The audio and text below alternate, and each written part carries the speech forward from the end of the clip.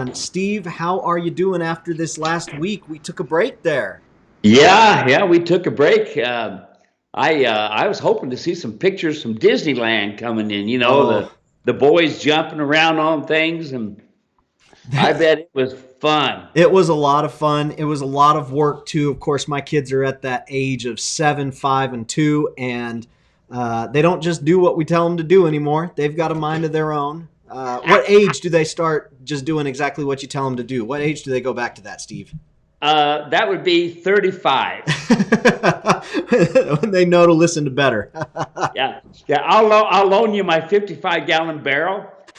You put them inside the barrel. You've heard the story, and then when they turn 16, you put the cap on it.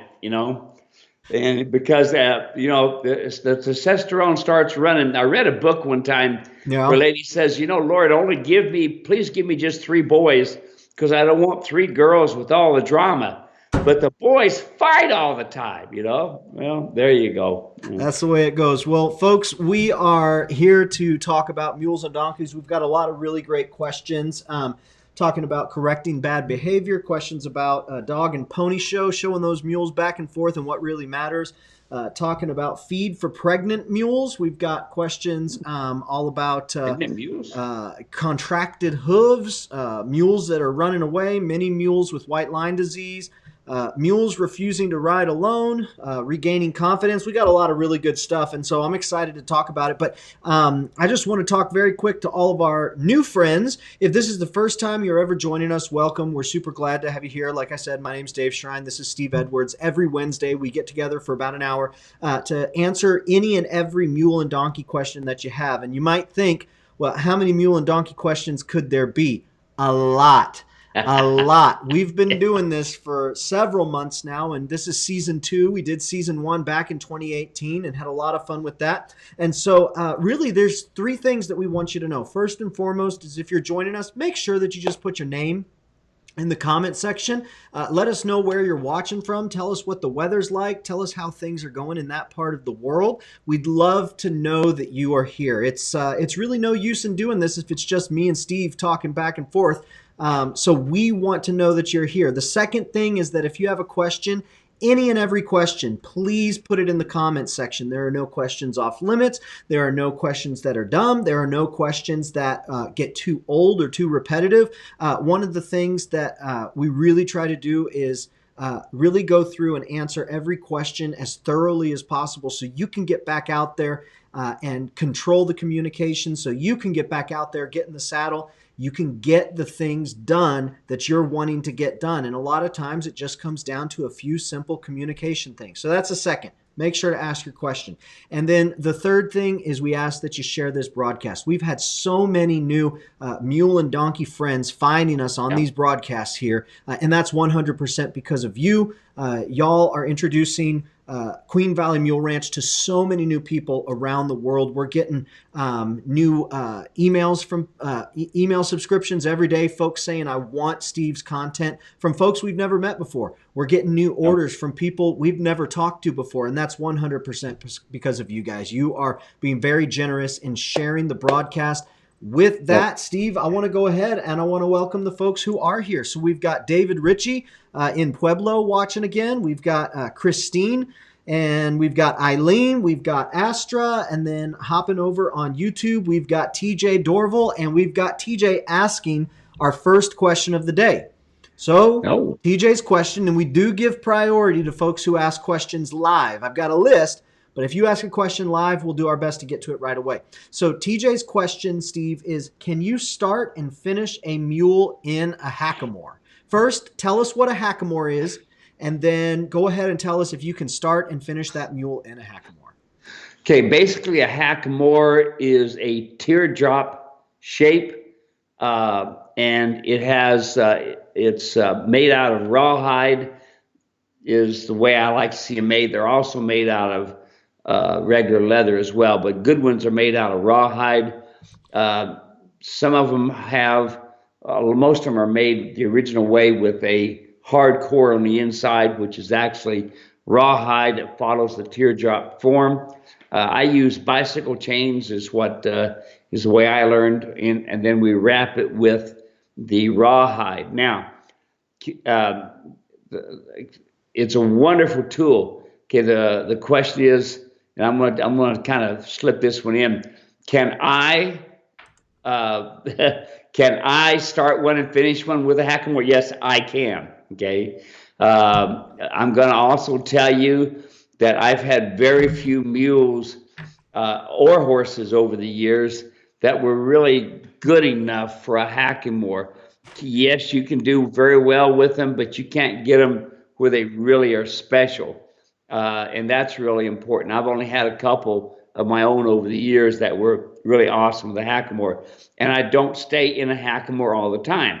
I do go back and forth between my mule rider's martingale and my finished bit. But you can, but the downside is mules care more about their nose than they do the mouth. So you need to know the steps of the hackamore, starting from the large hackamore, working your way down to the pencil hackamore. And if you know hackamore training, you know very few people stay completely in a hackamore, because there are times you're going to go between the hackamore and the snaffle bit. You're going to have them both in the animal, with the animal at the same time. And that's when you really get into finish work. And then you go from the hackamore using the spade bit. And there again, you're getting into real fine work. The ultimate goal, I believe, of what I learned from the hackamore guys is to go into a spade bit, a good finish bit. Very good. So that's a really good question there. Always appreciate that question. And TJ says he's watching from North Dakota. So welcome, TJ. Super glad to have you here. If any other questions come up, please do type it in the comment section there on YouTube. We've got Jerry watching from Benson. Hey, Jerry, he's watching over on YouTube. We've got Gary Green says big 2 days in Tularosa, dentist yesterday and farrier today. So lots of good stuff happening out there in Tularosa. We've got David Pengelly. You're cutting out off and on. Hey, folks, can you tell us if we're having trouble? If you're having a hard time hearing us, if we're cutting out off and on, want to make sure that it's not just David. If it's happening over here with the rest of us. We've got Lindy Bradshaw watching from Tucson. We've got Rebecca. Hello, Steve and Dave from a very hot and humid North Carolina. We've got Jana watching from Wyoming, and we've got Muhammad watching from Qatar. So we've gone international here. How about that? All right. How about that? Very excited. Let's get to our next question. And folks, if you do have any questions, go ahead and put them in the comment section there. We'll make sure to get to them. The first question that I've got saved here is this one's from Suzanne. She sent an email in to us and she says, we are new donkey owners of 3 fabulous minis. I am trying to learn as much as possible about proper feeding and weight. Cookie, our little girl, is pregnant and due early spring. I need to find out the different dietary needs she will have closer to delivery time. So we've talked a lot about feed over the last several weeks, Steve, but we haven't talked about feed as it pertains to a pregnant mama. What do we want to know about a pregnant mama in terms of feed getting closer to delivery? You know, I never have really changed my feeding program that much with my mares. I never had a donkey mare, but I can tell you that the people I know that have had them and this sort of thing have just pretty much let them free feed, just kind of watch them, make sure they had a lot of exercise, but no carbohydrates, grains, and this sort of thing. Simply because the more they stand, the worse things get with these rascals. So we don't want to have them grass founder on us, which means that basically the feed is too hot, and with it being too hot, you can create a founder situation. All right, there you go. So next question we've got here is we've got a fat animal. So we got one that's pregnant. Now we're talking about feed for a fat animal. Bruce emailed in. He says, we used to take in your clinics at Bishop Mule Days, enjoyed them very much. We recently purchased a 13-year-old mammoth donkey, and I am beginning to ground drive her for cart and eventually for riding. We feel clueless on the proper amount to feed her. Other people advise advice is not proving to be good as she is gaining weight. We feed Yeah. high quality Timothy hay and feed her approximately 4 pounds morning and night. We had a fecal test done by our vet and she had a count of 700, and we did a 5-day power pack of Panicure, and she is slow to lose her belly. Any help on nutrition for donkeys would be a blessing. So it seems like they're doing everything they can. What would you add, Steve? The thing with donkeys is they carry their weight so low, and that's where the mules get it too. They carry their weight down low, and people always look at some of my mules and say, "Man, that mule's fat. Looks like he's pregnant." So my favorite feed, you're in California, it would be to go to Star Milling and to get their feed, which is similar to mine. I can't think of the name of it right now, but if you go to my website and go to the article Mules Can't Stand Prosperity, take that ingredients, make a copy of that, go into your feed store with that ingredients and tell them that you want Star Millings pellets that look similar to this, and that would be what I would do. And the other thing, of course, I'd make sure, which is really important, that you get your teeth floated so that those are right. And just remember, these donkeys, they can get fat just sucking on air. So that's a great thing about pellets is I can tell when I need to cut back or when I need to add to and this sort of thing with a pellet. Where hay, you just throw the hay out there, and sometimes it's high in carbohydrates. Sometimes it's higher in your A's or your B's, and lots of different things you don't really know. But in the pellets, you definitely know what's in that feed. Whatever they say is on the ingredients, that's what's in there.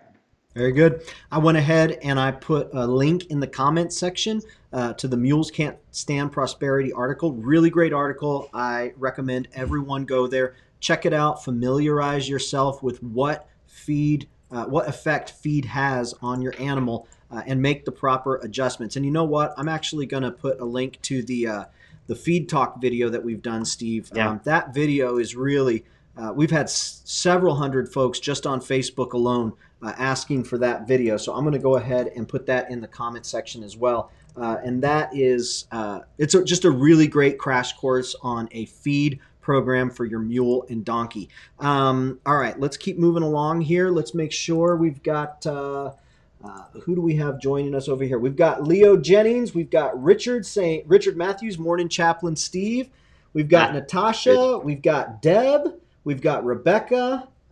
We've got David Scholl here. Hi, Steve and Dave. Cheers from Dave and Di. We are so glad. Australia, that's right.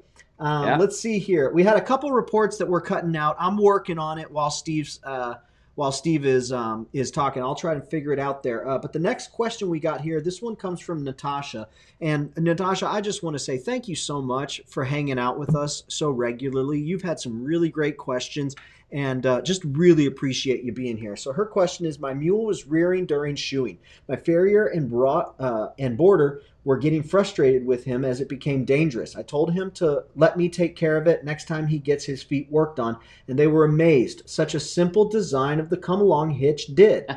He thought about it but didn't do anything. Yay. Okay, so a nice report there. So some of those questions are starting to pay off there. How about that, Natasha? Yeah. That's something good. We hear a lot about, though, isn't it, Steve, with that come-along rope? Yeah. By the way, I'm seeing you, but it sounds like your words are after your mouth is moving, so the timing's a little bit off there. We may be having some bandwidth issues. I'm working on it as we go along. And since we're talking about details, if you want to scoot just a little bit to your left, Steve, that'll be good for the replay. So you're right there in the center of the screen. Do another scoot there. Technical difficulties, people. One more little scoot and we'll be good, Steve. All right. Let's see here. So Leo has a question, and Leo's next question is this. At what age is it okay to start riding a young mule? I feel like we've gotten this question quite a bit, so let's go ahead and answer it because it's the question that folks are wanting to know. It's very important. The biggest thing we have to consider, it's not so much how big they are or their age, are their knees closed? And the best way to do that is to get a hold of your veterinarian, let them do a sonogram on it or an x-ray to make sure your cartilages aren't banging together. Usually about 2 years and 8 months to 3 years is usually a pretty good time frame. And even just the weight of the saddle could be too much for some mules. Folks, you don't want to blow the knees out of these colts. You know, that's it's a horrible thing, and they won't last very long when you do that. So get those tested and you'll be ready to go. All right, very good. I think we'll go ahead and create an article for that on the website. We've gotten that question enough. I think folks are really wanting to make sure that they do right by their animal and not give them too much too soon, and in this case, just too much, period. Thank you for that, Leon. I appreciate that. Muhammad asks, may I ask about the perfect feeding for the growing foal, a mule, to get the highest and biggest size? So what can we feed the animal to get the biggest size out of the animal as he's growing? Well, you know, I usually take my colts and just keep feeding in front of them. Of course, my favorite feed is the pellets. And if Muhammad wants to go over there to my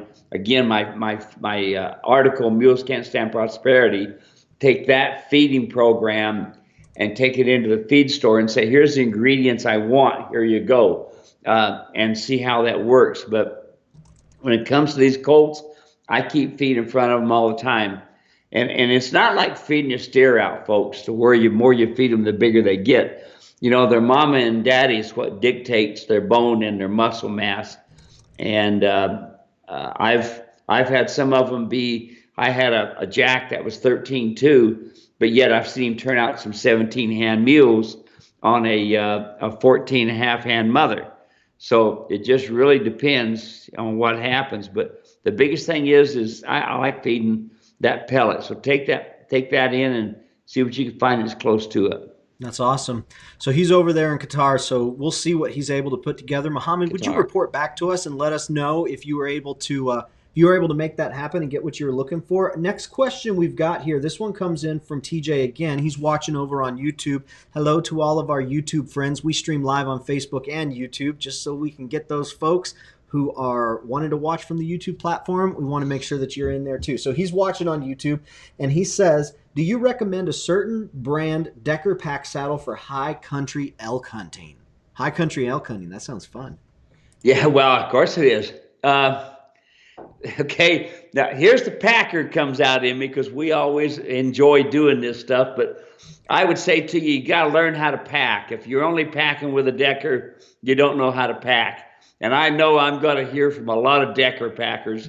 Your Decker packers are what it is, Dave. It's a pack saddle with arches on it, metal arches, front and rear, and you make up a lot of manties. So you take and you put all your clothes and this sort of thing, and you put it in a tarp, and then you roll it up like a big tamale, and then you put it on each side. And those are called manties. I prefer personally a sawbuck, mainly because since it's on mules, that rear cinch is the most important, and the way it's designed. The problem with the Decker is only have that one narrow cinch, and the load seems to not stay in place as good as it should. Is what I've seen, but I prefer the sawbuck saddle myself. So, and I've got those, of course, for sale there on my website. And then we can always point him toward Eric over at Mountain Ridge for some pack equipment as well. Awesome. Well, Steve got his start in packing, and I just put a link in the comment section to Steve's podcast. We've got a podcast now. We're taking all these episodes and we're putting them right there on your device, so you can download from Apple, you can download from Spotify, you can download from Google, from Stitcher, whatever you listen, whatever platform you like to use to listen to podcasts. You just go to that link. You can listen to that first episode, even if you're not using a podcast listener. So that said, I want to just double check real quick, folks. I've made a couple adjustments to the feed. Can you tell me, is it still cutting in and out? Is it still Is it still kind of a little bit choppy? I'm doing what I can. Hopefully we can get it working here. Just go ahead and put in the comment section and let me know. We've got Donna watching. We've got Edie watching. Let's see here. We've got Jack watching from Johannesburg, Michigan. He says it's about 60 and cloudy. Jack, I would take that. I don't know what it is here, but it is hot. I'll just categorize it as hot. Of course, it's about 2 or 3 degrees cooler out where Steve is. But Steve, there's a fire going on out there right now, isn't there? Is it still going? Yeah, and it's covering right now about close to 40,000. No, I think it was 42,000 acres. I was just down at the fire department a couple hours ago, and about 42%, 42,000 acres. But luckily, the part on my side of the mountain is contained, and so we're in good shape over here. The winds usually come out of the southwest, so they're blowing all the flames that way. We're in good shape. That's good. Well, so last week while I was on vacation, I was in California and I got a friend from a buddy of mine, Jordan, and Steve knows Jordan. He's met him a couple times. Yeah. Jordan went out and filmed some stuff with us, and he sent me a message, just an ominous message, says, "Is Steve okay?" I was like, "I don't know. What happened to him? Is he okay?" And so I immediately opened up my phone and I was like, "Steve, are you okay?" I have no idea. And then Jordan goes, "Oh, sorry, I forgot you were on vacation. There's a wildfire out there near Gold Canyon. And isn't that where Steve lives?" And I said, "Oh, yeah, it is." I was like, "Let me find out." So Steve wrote back. He says, "Yeah, hey, it's a good distance from me, but thanks for checking." So I got pretty scared there. Steve, I just want to take a moment and welcome all the new folks who are just joining us right now, coming in a little bit past the hour, just before the new hour here. Welcome. My name's Dave. This is Steve Edwards. If this is your first time ever hanging out with us, we're so glad that you're here. We're here talking about mules and donkeys. We've talked so far about feed. We've talked about pack saddles. We've talked about hackamores. We've had some great conversations so far, and every week we spend 60 minutes talking about mules, donkeys, tacks, saddle, behavior, communication, training, halters, come along ropes, come along hitch, everything that you can think of. So the only thing that's missing right now is your question. So go ahead, put in the comment section, type your name, let us know you're here watching, where you're from. Go ahead and make sure to ask your question and then share the broadcast, especially if you're on Facebook. Just click that share button and let other folks know that you're watching and invite them in to come and hang out with us. The next question I've gotten, this one's on feed too, so a lot of questions about feed, Steve. Jenna sent this email in, so thank you, Jenna. Jenna says, "I am researching for proper feeding ideas, maybe possibly a mule. I don't want to feed her grains that have a lot of sugar in it that will not make her healthy, and want to be lazy. She used to be fed 12% sweet feed, which has too much sugar, and I don't like to use sweet feed. This will be my first time owning a mule, and I want to make sure I do this the right way." Good for you, Jenna. "I have been thinking about wanting to feed her oats, alfalfa cubes or pellets, and good quality hay. I only plan on doing some trail riding and some light exercise work. A low sugar diet is what I aim for. I would also like to give her some chemical-free supplements to keep her healthy. Is there anything that you would like to add? I'm looking for an accurate answer. Thank you." So she's doing her due diligence there. Steve, is there anything that you would want her to know on top of that? You know, I love feeding hay cubes. If you can't get your hands on the pelleted form that we have there with Mules Can't Stand Prosperity, the hay cubes work good, but make sure it's grass hay cubes. And here's the problem, Dave, and you've heard me say this. When it comes down to this feed, folks, even though it's alfalfa hay, Timothy hay, whatever it may be, Bermuda hay, you do not know the sugar content in that hay. That's the downside of the hay. Plus that, you don't know what is in that hay, how many rat parts there are, how many snake parts there are, things like this, and that's really important. Salmonella is a big problem with hay. A lot of times we have seen it in the past where we thought there was colic and it ended up being salmonella. But going on, as far as your vitamins and minerals goes, folks, don't just helter-skelter throw vitamins and minerals to them. Go to your veterinarian, have them do some testing, see what the mule actually needs. Most of the time, mules are zinc short, and they don't have enough selenium in their hay. That's the great thing about feeding pellets is you can give them a good general dose of the feed and the vitamins and this sort of thing in those pellets. Awesome. And the more and more we hear folks using those pellets, the more and more they love them. So I highly, Yeah. I don't have a mule, but based upon the feedback of other people, I highly recommend looking at getting those pellets and following through on that. The next question we got, this one comes from Jeremy. Jeremy, thank you so much for your question. Jeremy has sent us probably, I don't know, 6 or 7 really great questions over the last 3 months. And this is no exception here. He's got a question saying, how bad are contracted hooves? If the mule appears to be moving fine, can you safely ride up a mountain in Colorado? Would you be concerned about tendon issues causing the contraction, or is it just a case of poor trimming that's caused the issue? Hooves is something that we're going to be doing some more training on. Steve, what would you say about this one? Okay, contracted heels. This is the back of the foot. This is how it is, the back of the foot. When the heels get contracted, they get close together. Well, when they get close together, that frog that's in there becomes nothing at all. I've seen some pictures just this past week to where you can hardly see the frog. Now look, folks, what a frog does, it pumps pumps blood up and down that leg. And if you don't have a good, healthy frog, you're not going to have healthy legs. Can they do that? Yes. Can they go up and down the hills in Colorado? Yes. But here's the thing, folks.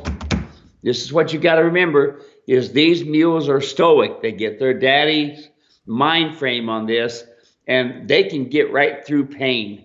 It's amazing. And folks, you don't know they're in trouble until they're almost done for. That's the problem.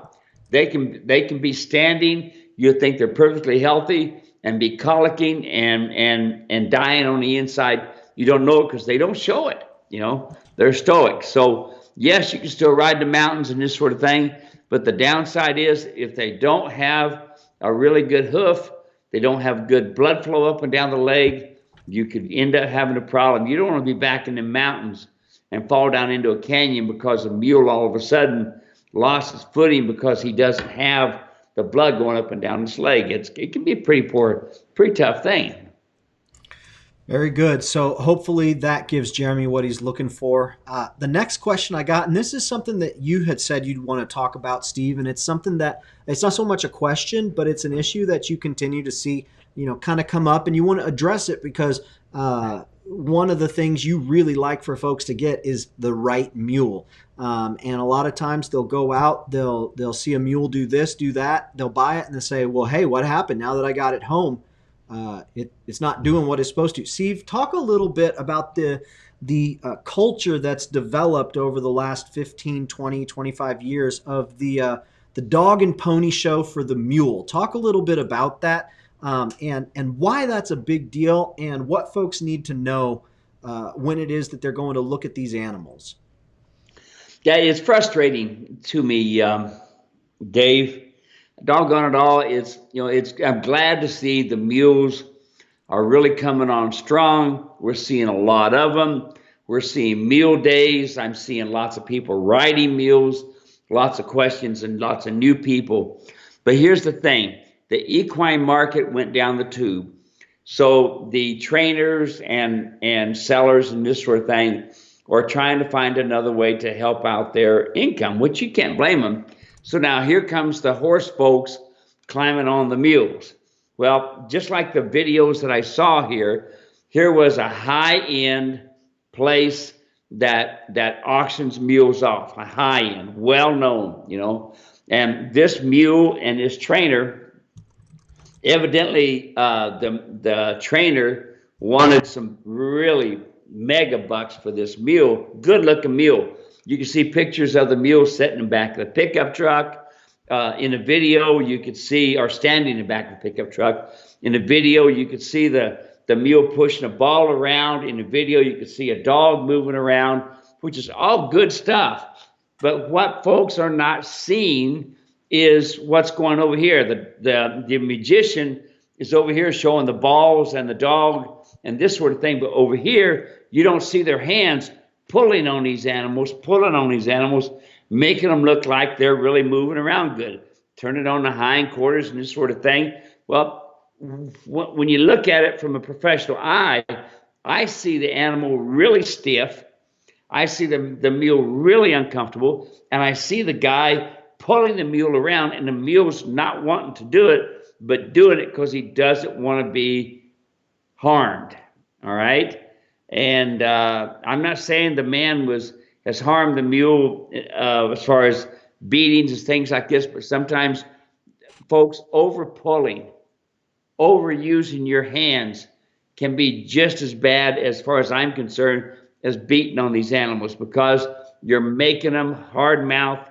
You're getting them where they're not trusting. So, folks, when you go to look at a mule, you see one all saddled up, and you see a guy riding it on the internet. If it doesn't have a breeching, stay away from that mule, because like this mule, the saddle was sitting on top of the scapula, like you'd set a horse, and that mule, you can just bet the scapula was getting beat up. So, folks, that tells me they got a decent disposition. It also tells me that my rider is a good rider, but I'm not seeing it in the video that the mule is a happy mule. Now, the guy was talking about spending $20,000 for this mule. And I said to him, okay, in a 10-foot circle, with a $10,000 mule, a $20,000 mule, $5,000 mule, in a 10-foot circle, one-handed, my hand's going to stay in place. The mule's going to walk to the right, walk to the left, turn on the forehand, turn on the hindquarters. You're spending that kind of a money for a mule, it better be push button, okay? Loading into a trailer, standing still to be clipped, feet all picked up and stuff like this. That mule better have some perfect manners. But also, on top of that, the training is this, folks. It is not Colorado 10 years in a row. It is in a 10-foot circle, side pass, turn on the forehand, turn on the hindquarters, on a light touch, not a heavy pulling stage. Very good. While you were answering that, I was going through. We've got a lot of really great questions that come in, but I just want to say hello to Haley, who's joined us. Haley Williams.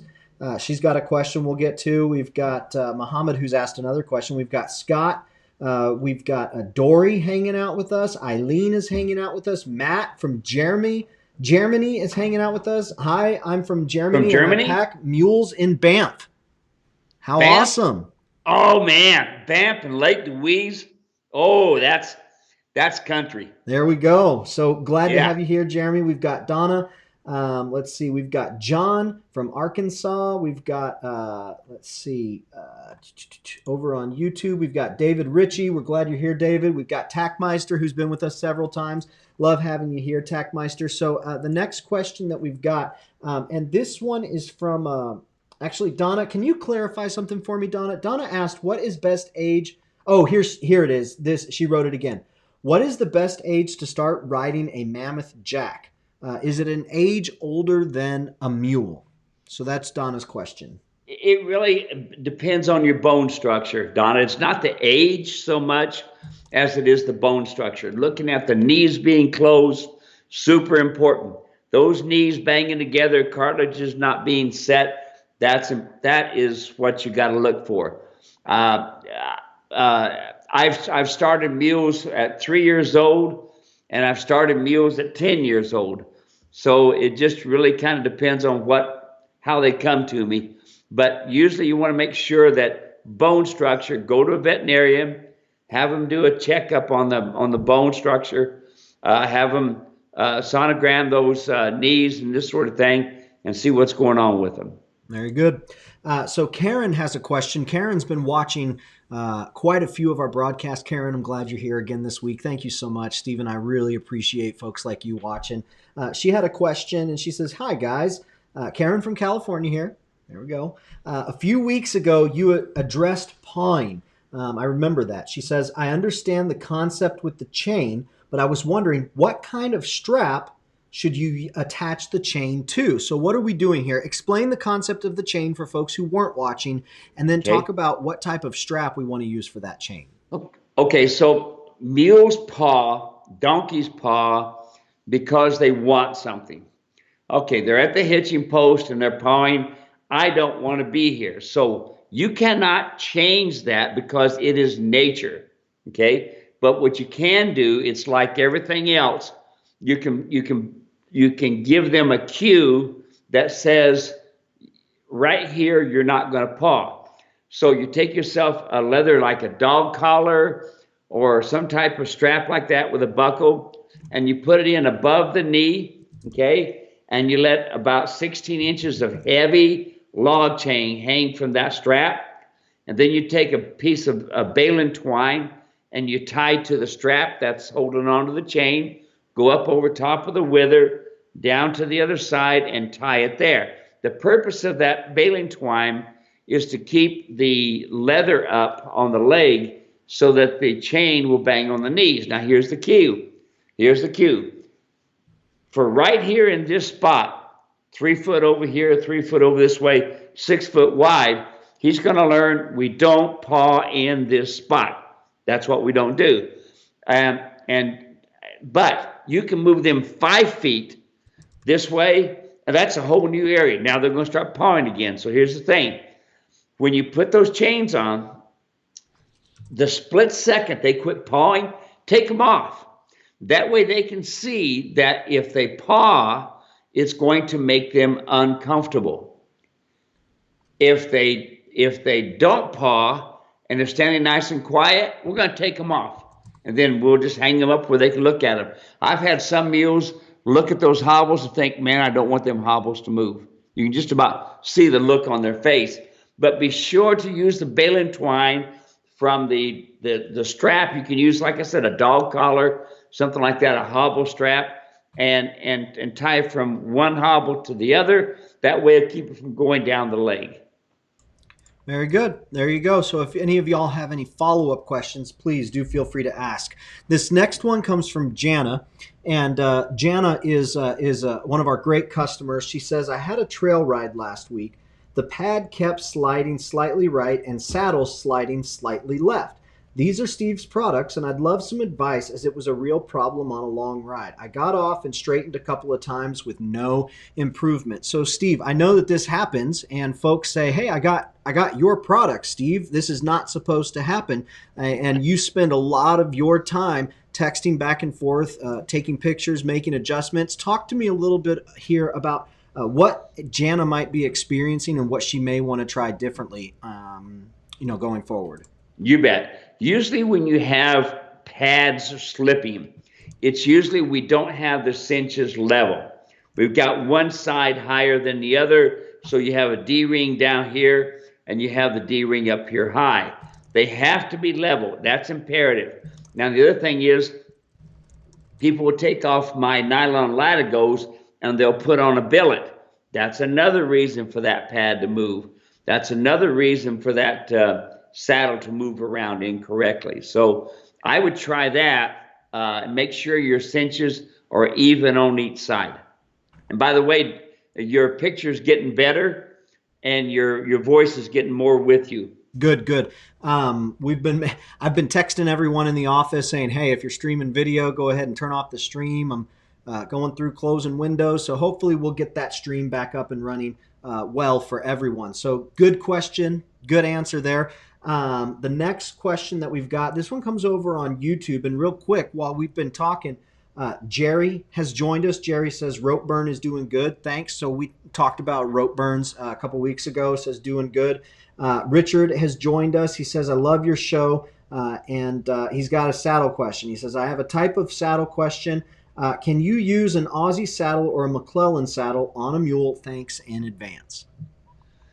Well, I have David Scholl could probably say something, him and Di, because they're from Australia and they're riding my saddles. There are several Australians there. The problem with the Australian saddle is it's single cinched. And with one single cinch, that saddle tends to want to roll one side or the other on a mule. The McClellan saddle, same thing. single cinched, and it's more like center fire. And if you notice, folks, those old McClellans, if it has a brass horn, that was originally designed for the mule. But here's the thing, today's mule has got a completely different structure than the mule back in the 1800s when those saddles were first designed, and then on into the early 1900s. So has a brass horn that makes it mule. So the downside is this, is if it's rigged double, which most mule saddles are, then that'll help. But usually what happens is, folks, those people try to use croupers on them, and they end up sliding or they end up rolling. Very good. Okay, so Haley, who is just a fantastic member of our community, fantastic viewer, fantastic client. She's got a question. Haley, we're so glad that you're here week after week, and it's such an encouragement to us. Haley's question is, what is the best halter to lead a pack mule with? So you got a pack mule, you want to lead them, what's the best halter? Well, I use rope halters no matter what, but I can also tell you that my lead mule is usually my mule that I'm training. My best mule is I usually call them my swing mules, which is my third mule back, and that's usually my best mule, which is training the other two mules back behind. My mule that moves the fast and does the best is called my whip mule, so which is the last one. So let's go back to this. I usually use a come-along rope and a combination of the halter as well. So I'll have about a 12-foot rope on the rope halter that's been adjusted, and then I'll put the come-along hitch on top of it. And if my mule starts dragging back, I can use the come-along hitch to line it back up. Very good. All right, here we've got, let's go to my next question. This one is all about regaining confidence. This one comes from Roxanne, Apple Valley, California, and this was actually a YouTube comment. So Roxanne, hopefully you saw my comment from the other YouTube video and you're watching this one right now. And if you are, we're glad to have you. She says, I'm new to mules. Here is my question. I'm a seasoned rider, but I have had two knee replacements. I am a carriage driver for my business, but I'm thinking I want to change up my riding horse to a gaited mule. I'm 61 years old and I'm nervous about getting back in the saddle. What can I do to regain my confidence, and what should I look for in a mule? Well, number one, you always look for disposition. Find a mule that is willing. You can see them willing to pick their feet up. Their ears are flopping as they're being used with the reining and this sort of thing. I find that the older I get, the more concerns I have climbing in the saddle, because I don't bend like I used to. When I hit the ground, it's more of a thud rather than a bounce. But the best thing you can do is to go drive the mules, get a feel for them. You're already a driver, and get a feel for them, see how they do. A mule be a wonderful thing for you, especially in a carriage. I know in Louisiana they use them a lot there. So this is a great broadcast. Being gone for a week, we've got a lot of questions here. Next question, this one comes from Scott. He's on Facebook. He says, how old does a young mule have to be before you can start riding him? So we answered this a little bit before. I think it was with the Jack. Is there anything else that you would add? I think if I heard you correctly, you said, look, it's not so much about the age, it's about the development. It's about making sure that they're well developed, that all of the fusing that needs to happens because you don't want to ruin their knees, the cartilage, things like that. Did I get it correct, Steve? Yeah, you got it right. And the other thing that I should probably hit on too is, folks, their backbones. That's really, really important, because you see their backbone is supposed to look like this. And the downside of it is, when we're using especially horse saddles, we tend to make that backbone shaped more like this, to where it's hitting on the top instead of hitting close like it should. But always, folks, float their teeth, make sure their feet are balanced. Those two things are super important to have the mechanics done for your young mule, but feed him good. And I mean feed him good. I usually will train on them some in the morning, put them away, be feeding them, and I have to do some training in the afternoon, put them away, and do some feeding with them.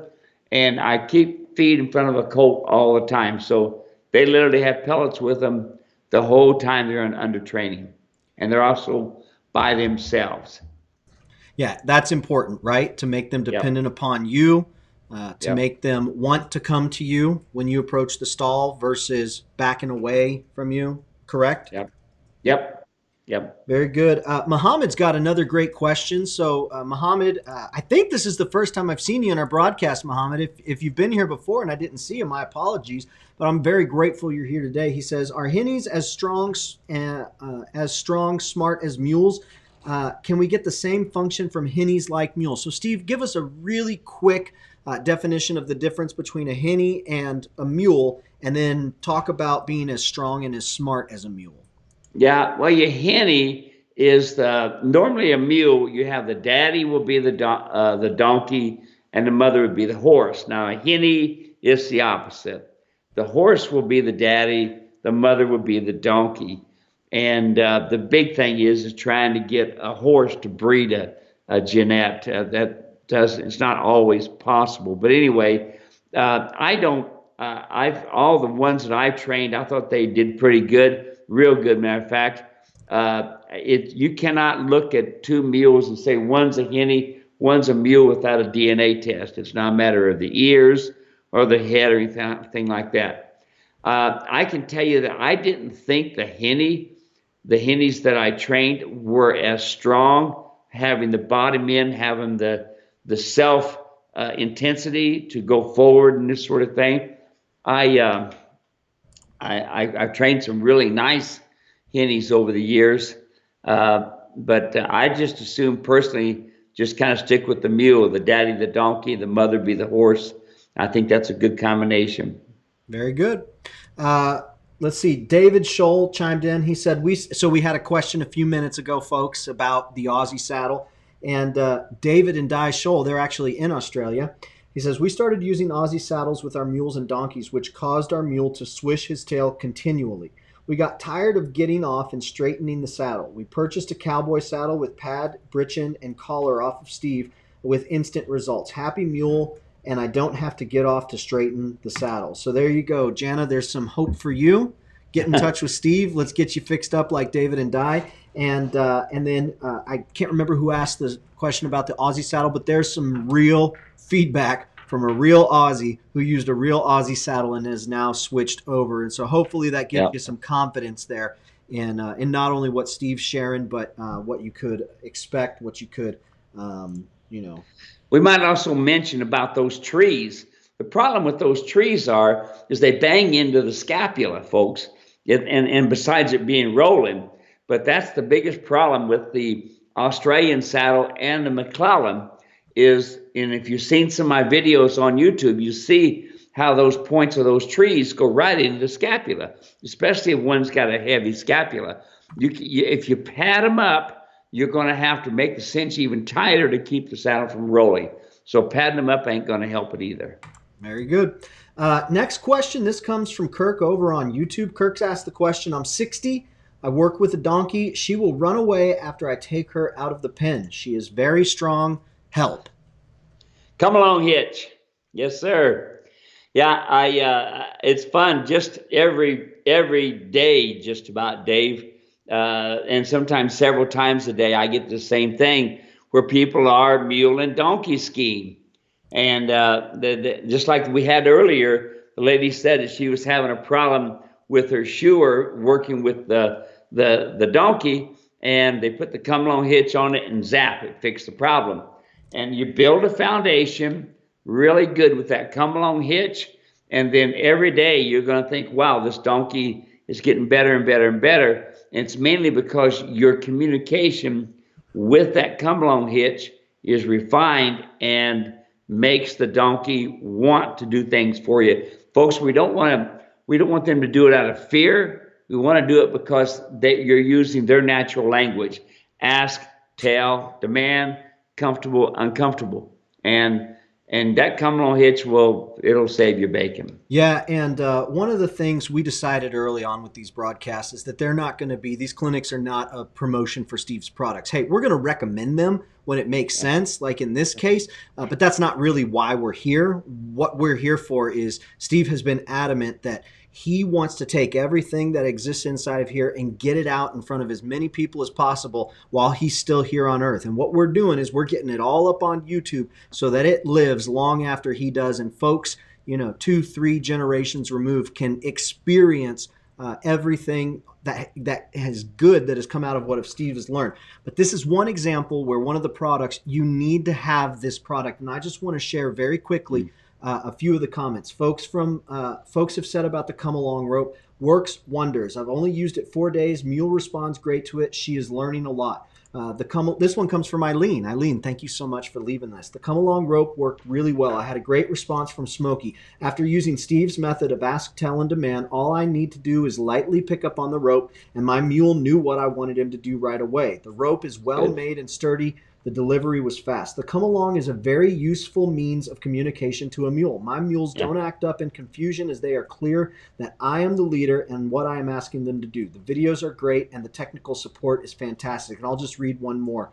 The come along rope is a great tool for keeping my 17-month-old mammoth's attention. She responds immediately to my cues. And that's what you're going to see with the come along rope, because it's communicating to the nose and up underneath the chin. And that's what the mule cares about, right, Steve? You betcha. That nose is so important to a mule. That's why I tell folks, don't use a bit that communicates to the nose, the mouth, and underneath the chin. Stay away from that. Can I use a Hackamore? Yeah, we talked about it earlier. Man, I love it. It's a wonderful tool. Use a mechanical Hackamore as well. But you have to also remember that the come along hitch gives release. So when the mule responds and comes forward, it automatically pulls the pressure off of him. And that's what they got to get. They got to get, this guy's not a bad guy. I'm using the come along hitch, and zap, away he goes. He does really good. Yep, that's fantastic. Very good. Very good. All right, let's continue on here. We've got Judy watching. Says, hi, Steve. Hey, Judy.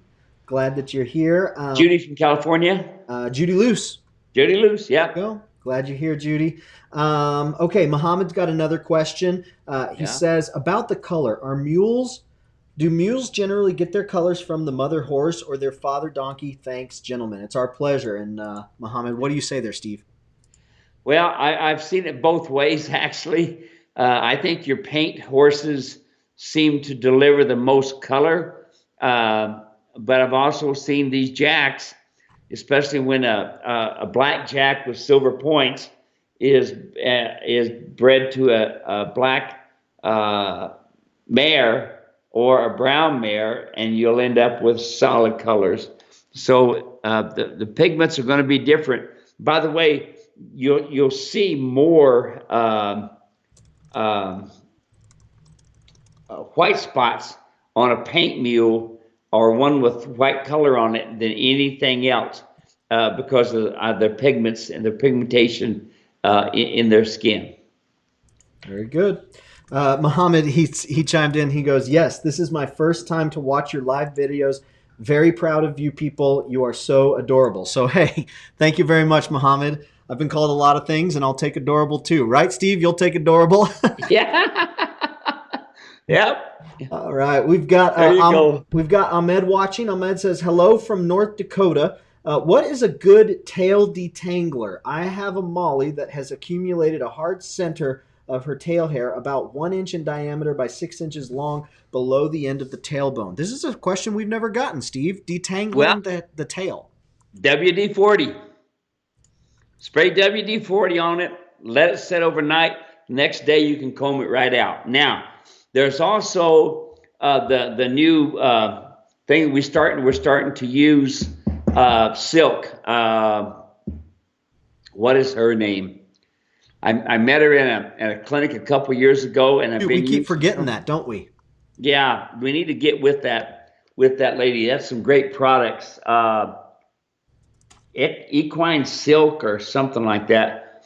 Anyway, you and I need to get with her on that program. But going back to the question, I use WD-40, and I can also tell you that this product that I can't think of the name, I use it on my border collie Jesse, and I spray it on him. And when he gets the cockleburrs and this sort of thing, they just come right out really nice. But I use that on Jess a lot. But usually on a tail that's all balled up, I use WD-40. It falls right out of place. Very good. I'll find that. I'll find that cleaner. Yeah, we've got it out there somewhere, and I'm having a hard time remembering as well. Hispania silk. Say it again. Hispania silk. Hispania silk. That's it. We got to get with her. She gave me a bunch of products, and I've given them out to my clients. There we go. On it, and lots of people love it. We need to get with her because she's got some, and those are all natural products too. Everything's natural that she uses. The ones where you got the rash all on the chest and on the legs, I sent her to a lady the other day, and I sent a lady to her, and boy, she said the mule is really doing well. Good. We've got Mark Miller, Sundance Kid from Pennington Gap, Virginia. I will be headed to New Mexico this Friday with my 2 mules. Say a prayer for me, please. Thanks for everything. Love hearing that. Thanks so much, Mark. Appreciate you hanging out. Yeah, I saw, Mark was in Indiana at the Hoosier with me. Yeah. We used his mule exclusively in the clinics. Great. But he met a lady there that said, hey, I had a horse and had this colt, and I don't want it, And so he bought this colt off of this lady just to turn around and sell. But he went and got mulosis, fell in love with it. Now he's keeping the mule. Very good. That's a good love story right there. Yeah. Very good. Fun. We've got Christine Snellenberg saying, I love your hat. Christine, we're so glad that you're here. Thanks Hey, for coming Christine. out. Let's see. We've got Beth. Let's see. Beth has a question. Says, hi, Steve and Dave. My mule doesn't stand still for bridling. It has it as though he enjoys making me work for it. His teeth were done, and he doesn't fidget once it's on. Just the process of putting it on. Thanks for all your great info. Beth from New Hampshire. Would we say come along rope to hold in place while she puts it on? Come along rope would be helpful. Here's the most helpful thing is you loosen up the bridle 2 to 3 notches. Folks, don't put your bridle on pre-adjusted every day. Don't do that. When you do that, you're going to make the mules tender in the mouth. Even though you're pretty comfortable, every time you bang against the bars of the mouth, you're going to make them uncomfortable. And all the mule's trying to do is protect himself. So, take your middle finger, and I always get everybody's attention when I do this, Dave, because take this middle finger and rub on the bar and make the mule say, oh, that feels good. Rub on that bar, because see, there's no teeth between the incisors and the back. So rubbing on it makes it feel good. So this is the way I would do it. I would first make sure my bridle is always loose before I take it off and before I put it on. So loosen it up 2, 3, 4 notches. That's one. Second thing is before I put the bridle on, put my hand up on the pole, take my middle finger, rub on the bars of the mouth, get the mule to start opening his mouth because it says, oh, that feels good. Ah, wow. And I've got a video on that. We did one clinic where I did that one time. I have to try to find that and get that where people can see it. Yeah, we'll have to get with it. I'm trying to remember. It doesn't come right up. Usually I know exactly which one you're talking about, but I can't think of it. But anyway, that one. And then here's the next thing. I just had a lady have the same problem here the other day. You got to have a 19-inch brow band for the most part. This lady had a 14-inch brow band, and the mule was so uncomfortable with his ears inside that little area that he couldn't do any good. So you need a minimum of 17 inches, but 19 inches is about the best way to do it. That's what I've got on all of my bridles. Very good. Okay, so we have had a couple comments about your hat. Tell us about the hat, Steve. It's a buckaroo hat. The buckaroos are in In Colorado, Wyoming, they're really heavy in Wyoming, and Northern California in the Sierras and this sort of thing. And the buckaroos, they have the hat where you can see it's hung up in the back there. That's supposed to be from the rump of the horse hitting against it when it's bucking. So it's more of a tradition. And then it's more rounded on the top, and then it's flat all the way around. Notice it's not like most of them that are what the Montana cowboys call the taco hat. They call this the taco hat. And of course, we call this the pancake hat down here. But it's a buckaroo style. Buckaroos are usually the elite cowboys. They use for their ropes. They throw what we call big loops. So they throw hula hands. So you've got about 60, 70, 80 foot of rope, depending on what you want to do, and you put several coils together, and you throw it like this, and they'll throw that loop out there. And it's not like the average rope; it's around 28 to 32 feet long. But you can throw a big loop out there to catch the animals. They usually ride in chinks, and they usually ride in what you see the boots back there behind me. Those big stovetop boots. Those are the ones I had made and when I won the world championships in '92 there. But anyway, that's what the buckaroo cowboy is. So I've got the straw hat, and I've got a black hat, and I've got a gray hat, and there's a lot to that. Black hats, folks, are the cowboys. They're the working part of the machinery of the ranch. The gray hat is always usually the boss. He usually wears the gray hat. The working cowboy wears the black hat. Straw hat is for the summertime when it's cool. Very good. Learning something new every day. Yeah. Let's see here. I just had some. Oh, Jack says I ordered some come along coffee with my last order. Good stuff. Highly recommended. That's from David Pengelly there. David and us have partnered, and we're selling Steve Edwards come along coffee in 3 flavors. What are they, Steve? Yep, they're ask, tell, demand. Right. And boy, I tell you what, it is some good stuff. Every morning. Matter of fact, this morning on Facebook, I showed 2 bags of the coffee on each side of my coffee pot with the cup in there, and said, I'm starting out with the demand coffee, the strong one, to get me awake this morning, because I was awake this morning at 2:30. Oh my goodness, you got to see this. Hang on, let me show you. All right, let me see it. Sound like getting beat up back there. Here we are. We brought it into the office. Oh. Tell and demand. Yeah, there it is. Ask. There's it. That's right. Yeah. Was that Mom? Ooh. Yeah. Yeah. Good stuff. Let's see here. We got a question from Mark Miller. Hey, we see her. Says, we see her. Is that Jess? My wife just showed up, and Jess is always so happy to see her. So he's running back and forth saying, Dad, look, Mom's home. So, I mean, if you think it's cool having 9, 7, and 2, is it? 7, 5, and 2. Border collie, huh? Yeah, 7, 5, and 2. 7, 5, and 2. Wait till you have a border collie that's happy to see you. Yeah. Boy, he's skidding all around here, running back and forth, seeing Susan, oh, look, everybody's home now, Big things happening up there at the ranch. Let's see here. We got one more question. This one's from Mark Miller. Hey, Jess. There he is. Say hi. That Jess? Yeah, okay, that's enough. That'll do. Good boy. Jess, do we look for it? Okay, that'll do. Jess, that'll do. So let's end on this one. We got a question here from Mark Miller. Says, what would you feed to gain weight without affecting attitude? I need the backbone to be filling in.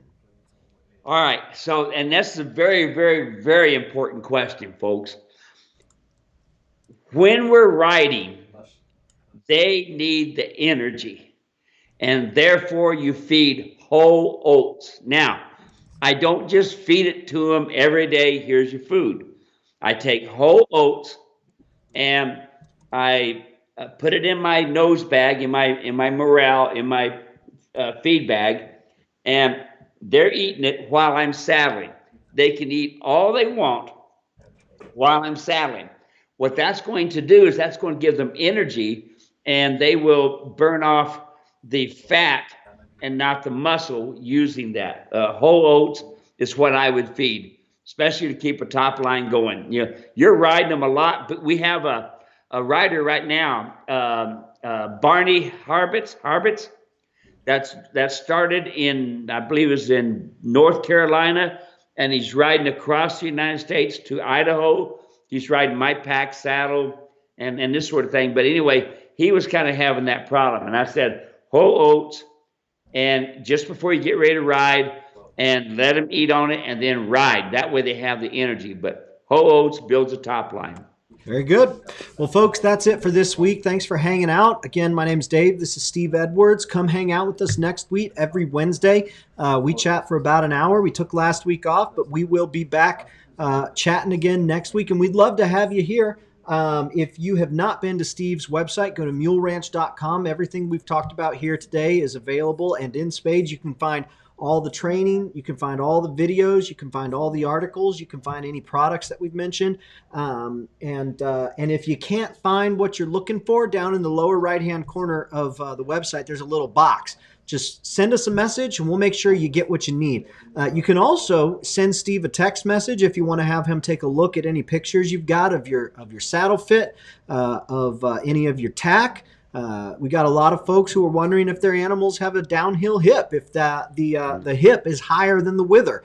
Do I need a downhill hip pad? Folks, you can send them a message, 602-999-6853, and you can also find that on the website. It's up at the very top of the website. Send them a message. But Steve, that's it. Another successful broadcast. Got through a lot of really great questions and got to hang out with our friends. Anything you want to say before we call this one complete? Yeah, now that phone number he gave you, folks, it's always fun, Dave, because when I call him up and I say, this is Steve Edwards, you can almost hear like the blank, this is really Steve Edwards, and some of these people, I have to change my hat size because of what they say. I've been around these mules all of my life, and I, now you've answered all these questions. So it's really good that we can spend this time. Yes, when I call you, yes, it's me. You're not going to be talking to some operator or something. I really do want to help, Dave. That's why we're doing this. We got a special program coming up on the 25th, don't we? We've got a special program coming up. I'm very excited about it, and we're going to be having a little bit more come out about that here before the end of the week. So, folks, if you're not signed up, get signed up for our newsletter, and I'm going to put a link right here. Sign up here. I'm going to put a link right here in the YouTube and Facebook comment section. Make sure that you get signed up. So, Steve, thank you so much. Appreciate it. Everyone, thank you for joining us. Don't be a stranger. Hang out with us on Facebook. Check us out on YouTube. Leave comments on the stuff that we're putting on Facebook. One of the things that I've really enjoyed in answering all the questions folks have been sending us through email is being able to tell them we got a great community of people who are hanging out with us out on Facebook and YouTube as well, and we want you to be a part of that. So thanks so much, everyone. Until next week, God bless. We'll talk to you then. Blessings to you. Bye-bye.